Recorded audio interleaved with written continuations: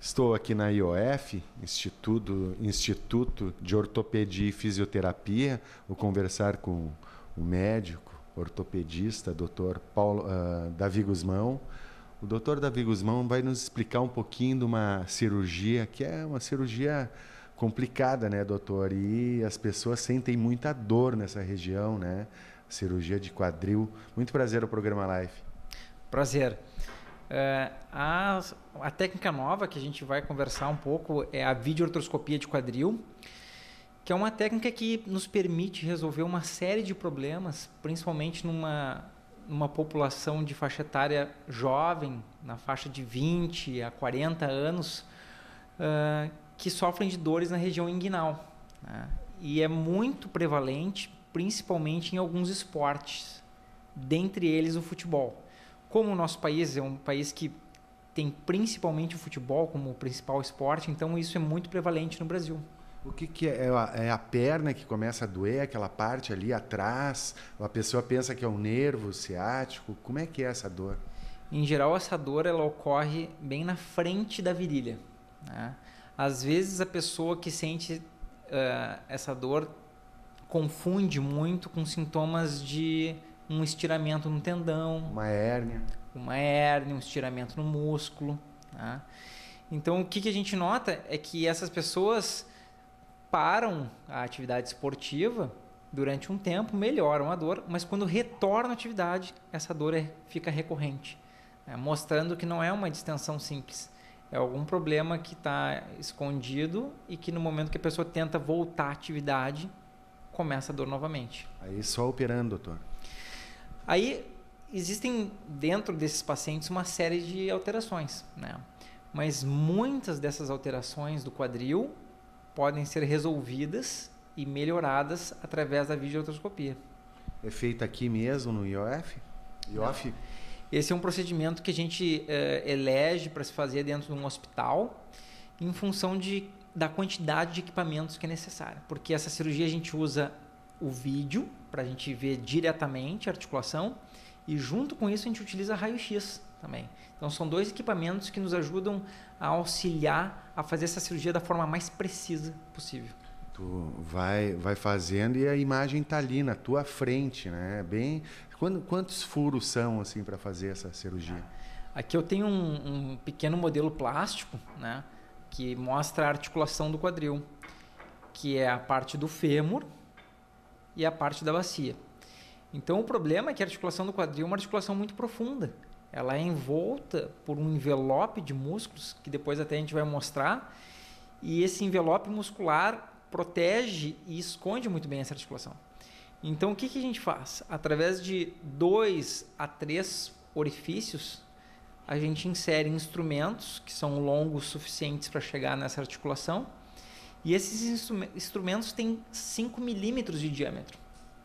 Então, ele machuca muito pouco essa musculatura, a fim da gente poder trabalhar dentro da articulação do quadril. A recuperação fica rápida, então? É uma recuperação bem rápida, até porque a grande maioria desses pacientes quer voltar ao esporte o quanto antes. São pacientes ávidos por atividade física. Então, em geral, para tu ter uma noção, esse paciente dorme uma noite no hospital e vai embora no dia seguinte. Se ele opera no dia de manhã, ele pode ir embora do mesmo dia no hospital. Impressionante. E aí começa a fisioterapia?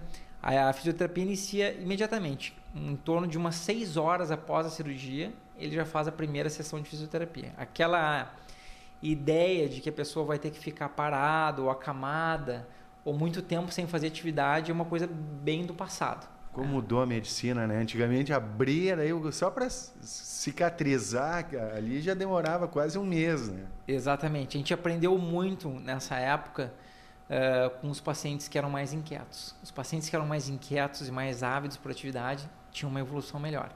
E na medida que foi se percebendo isso, a gente começou a encurtar o tempo do paciente fazer a cirurgia e começar a fisioterapia. E a gente viu que quanto mais curto era esse tempo, melhor era o resultado do paciente. E o grau de acerto? Em termos de... 100 cirurgias, quantas? Algumas tem que não dar certo, a pessoa já deixou muito tempo. Exatamente. Já não tem mais aquela rótula, não tem alguma coisa ali que está faltando e não tem como substituir, né, doutor? Nós lidamos com tecidos vivos. onde essa é uma cirurgia diferente de uma cirurgia de prótese de quadril, porque nessa cirurgia ela é a preservadora, ou seja, não vai ser substituído nenhum tecido do paciente. A gente vai melhorar o formato do quadril para que ele funcione melhor. Então, o nosso grande limitante no sucesso da cirurgia é a quantidade de desgaste prévio que esse paciente pode ter. Tá? Se esse paciente tem um desgaste maior nessa região do quadril que é recoberta com cartilagem, ou nessa outra região que também é recoberta de cartilagem, o sucesso da cirurgia diminui. Então, na verdade, nós temos dois fatores que nos limitam no sucesso. O número 1 é a quantidade de desgaste e o número 2 é a idade. Por isso que eu comentei que a faixa ideal é de 20 a 40 anos. Quando começa a se passar de 40 anos, não que não se possa tentar esse tratamento, mas a gente tem que saber que a chance de sucesso começa a diminuir gradualmente. Então, eu estou falando, se nós juntarmos toda a população, a gente tem uma taxa de sucesso de 85% a 90%. Muito bom. E outra recuperação, como vocês puderam ver, de um dia, bem dizer, e a pessoa já começa a fazer o exercício. É claro que ela não vai jogar futebol, vai voltar a jogar futebol daqui um mês, 2, né? Não é bem assim também. A grande maioria desses pacientes, nós temos que segurá-los assim, para que eles não façam mais atividades do que eles podem. Então, como é um procedimento relativamente novo, a era moderna desse procedimento tem hoje 10 anos, e 10 anos em medicina é uma coisa relativamente nova. Nós não sabemos o limite do quão rápido os pacientes podem melhorar. Então, gradualmente, a gente vai liberando eles cada vez mais cedo para as atividades, né? Então, a gente segura eles um pouquinho com o uso de muletas, mais por precaução durante os primeiros dias, mas cada vez menos tempo está se usando, cada vez mais rápido ele está voltando para a atividade física. O doutor Davi Guzmão também preparou uma imagem, vai nos mostrar numa maquete, né, como que funciona essa operação, pode ser, né, doutor? Pode ser. Essa maquete é muito interessante porque vai mostrar o quão benéfico é fazer um procedimento menos invasivo, devido à quantidade de músculo que está em volta ao quadril.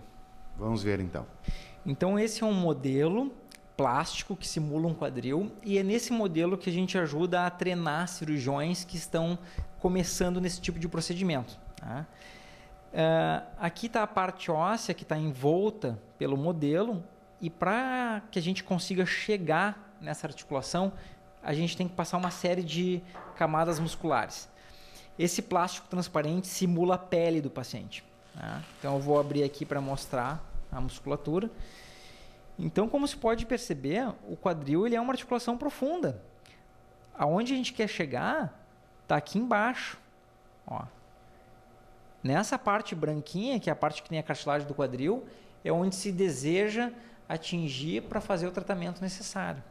Então, para que a gente faça isso da maneira menos invasiva, menos traumática, menos dolorosa para o paciente, a gente usa esses instrumentos aqui.